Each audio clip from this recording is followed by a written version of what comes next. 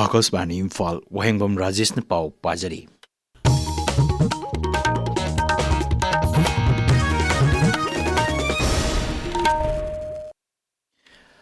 MLA बुंगजागिन बाल्टे ngasi numidang wairam Haryana gi Gurugram da laiba Medanta Medicity Hospital laikidre masagi sahi 63 sukre mahak Fairjol jila gi Thanlon Bidhan Sabha Kendra gi tam ahumlak mikhal da mai paklakki Bungjagin balte thasigi nipanda Gurugram da laiba Medanta Hospital da layang nabagi damak akhanaba aeroplane amada Mukhyamantri Yumnam Khemchana Imphal gi Bir Tikendraji International Airport gi thindokibani MLA asi Manipur English ngani kurum de thokiba kangluki irang da sokpadagi Delhi da matang kuina layeng luraba matung Churachandpur da amuk halakhibani mahaki phibam soksilakpadagi Churachandpur Hospital da layeng laba matung Mukhyamantri Yumnam Khemchang gi miyang makha da mahapu Delhi da layeng naba thakibani Bungjagin balte English ngani tarani thoida tarasubam Manipur Bidhan Sabha da Indian National Congress ki ticket gi mai palaki English ngani taret amasung lisingani kunithoi gi mikhalda BJP ticket mai pakki mahak Tribal Affairs amasung Hills GAD amasung Transport ki mantri su oirami MLA Bungjagin Baltina laikidaba Cabinet Mantri Govindas Konthokjamna awaba phongdol aduna hai mangna laikidaba asi Thalon Bidhan Sabha Kendra khaktagi natana Rajasi oinasu mangjaba amani mahangna luchingba ama oina mahaki kendra gi miyang gi yaipanaba amadi kendra asibu chawkhatnaba thabakya paikhatlamki MLA Thongnawjom Basantu Kumar Dr Sapam Ranjan Singh Thongam Biswajit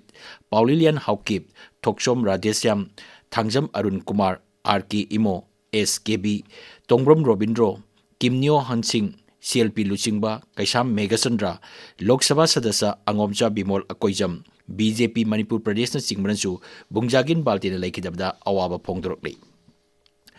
Mukhyamantri Yumnam Khemchan singna ngasi Imphal da level log bhavan da chatuna Rajyapal Ajay Kumar Balaga unakre unaba aduda miyamgi yaifa thorangsi hena mapangang khakannaba amadi Rajyasi amata oina chawkhat hanabagi wafam sing khanaki Amaromda Indian Red Cross Society Senapati Branch ki mihut kangbu amana log bhavan da Rajyapal ga unaki unaba aduda sangstan asina miyamgi yaifanaba paikhaliba thabak thorong sing gi matangda Rajyapal da paudamki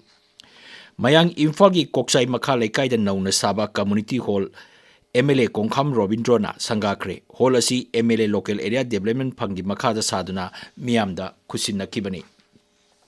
Imphal iski Khurai Kongpal da leba The Netaji Memorial Club ki Library Hall sanaba jatra hunbagi thorom asi pangthokre Library Hall asi Rajya Sabha Local Area Development Fund gi makha da sengwakadabani Imphal gi Sanjen Thongda leba Forest Headquarters da ngasi nauna promotion phanglaba nupi officer taruk yauna Deputy Ranger Humphunipang gi piping ceremony pangthokre Thauramdu da saruk yakiba Principal Chief Conservator of Forest amasung Head of Forest Force Anurag Baspain hai Manipur gi haujik oiriba phibam asida forest ecosystem da chauna singnaba kaya mayuknari ain kaina u yanthatpa lam khopsinba umang mai thaba lamlaki sa uchek singi leifam singda akaiba pirakpada singba kaya thorakli mangnai officer sing asina forest ki aina singba chanhanaba honabada ningthijana thabak thauram sing paikhalakani haibigi thajaba phongdokke Premananda Narendra Modi na sababati oiduna Nai Delhi gi Seba Trithada AI gi Chief Executive Officer sing amasung Deep Tech Startup sing gi round table mifam pangthokre mifam aduda Premananda na lau singu akoibagi khal ngaktuna thamma awangba thaki mahi masing tambada ima lol chakhanaba yauna tongan ba lamsing da AI technology sinabagi wafam sing pukhatki Siri Modi na mapangal leba data governance amadi aramba paudagi ngakthoknabagi matangnasu wafam kaya pukhatki Griha Mantri Amit Shah hari Shanti gi Accord Kurmathoi sahi tawnuduna Premananda Narendra Modi na awang nongpok lamdambu chawkhatpa lamdam ama oheli